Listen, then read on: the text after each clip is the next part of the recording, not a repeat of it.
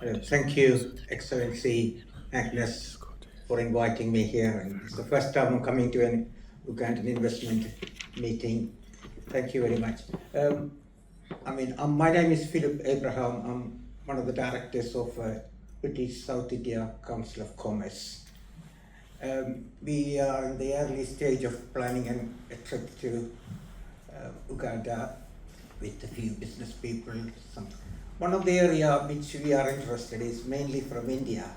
Gold is very much interest, as an affiliation for people from India. We got inquiries from people in the area.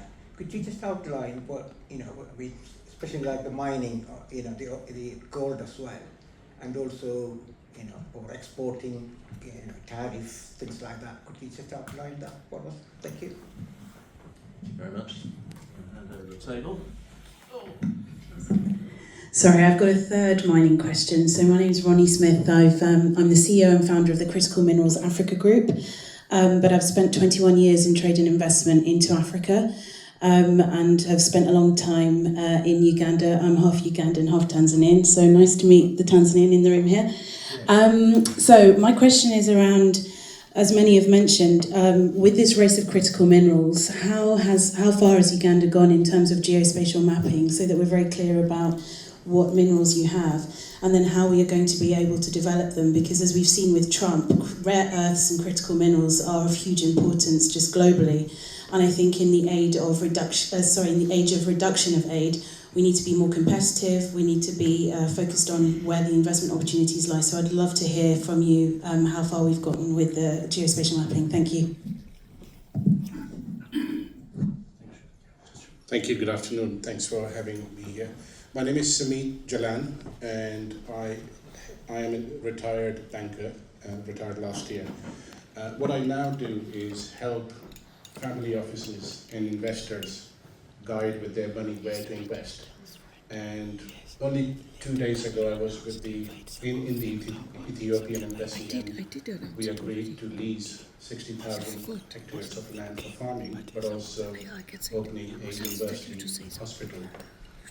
What I want to know, the question is, if I have to come and invest in Uganda, how and where do I find, is there a clear or dedicated website where I can go and register myself as an investor, and then a team comes back to me, or I register my interest in the areas that I want to invest, so that there is a very dedicated support for investment for me and my clients. Thank you. Very much for a practical question. And David, Mr. Sumit is a very good friend of Preeti Patel, our shadow foreign secretary. So she's also from Uganda. So he got it.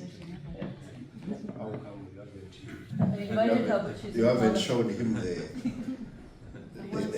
Uganda Investment Authority. Uganda Investment Authority, to start with, is a one-stop center for everything investor, kind of information you want. Everything is there. And the job of our British High Commissioner here and her team is really from the Uganda High Commissioner here in Britain, is to ensure that we get direct route to Uganda. We don't want you to go looking for information from me, from him, from anyone. One-stop center, Uganda Investment Authority. And we are going to ensure that this is done.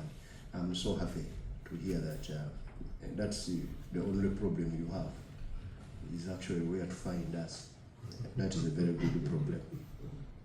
Now, on the data, on iron ore, on gold, and every other mineral, yes, number one, we've done the geospace mapping. That one has been done across the country.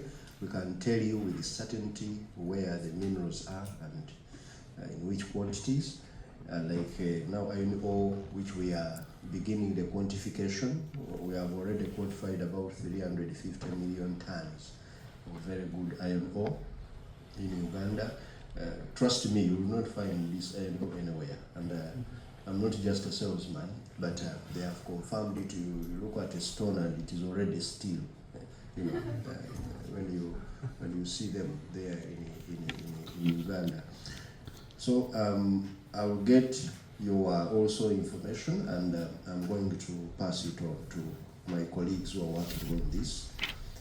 Similarly, Philip Abraham, gold. Where is the gold man? Oh yeah. In Uganda we have very good quality gold, and we are exporting about now $3 billion worth of gold every year. It's now, I think, number one in our export earnings. Of course, half of that is from Uganda, then the other half we bring it in and refine. We have the largest investment in refineries in the region. We have now about 7 gold refineries.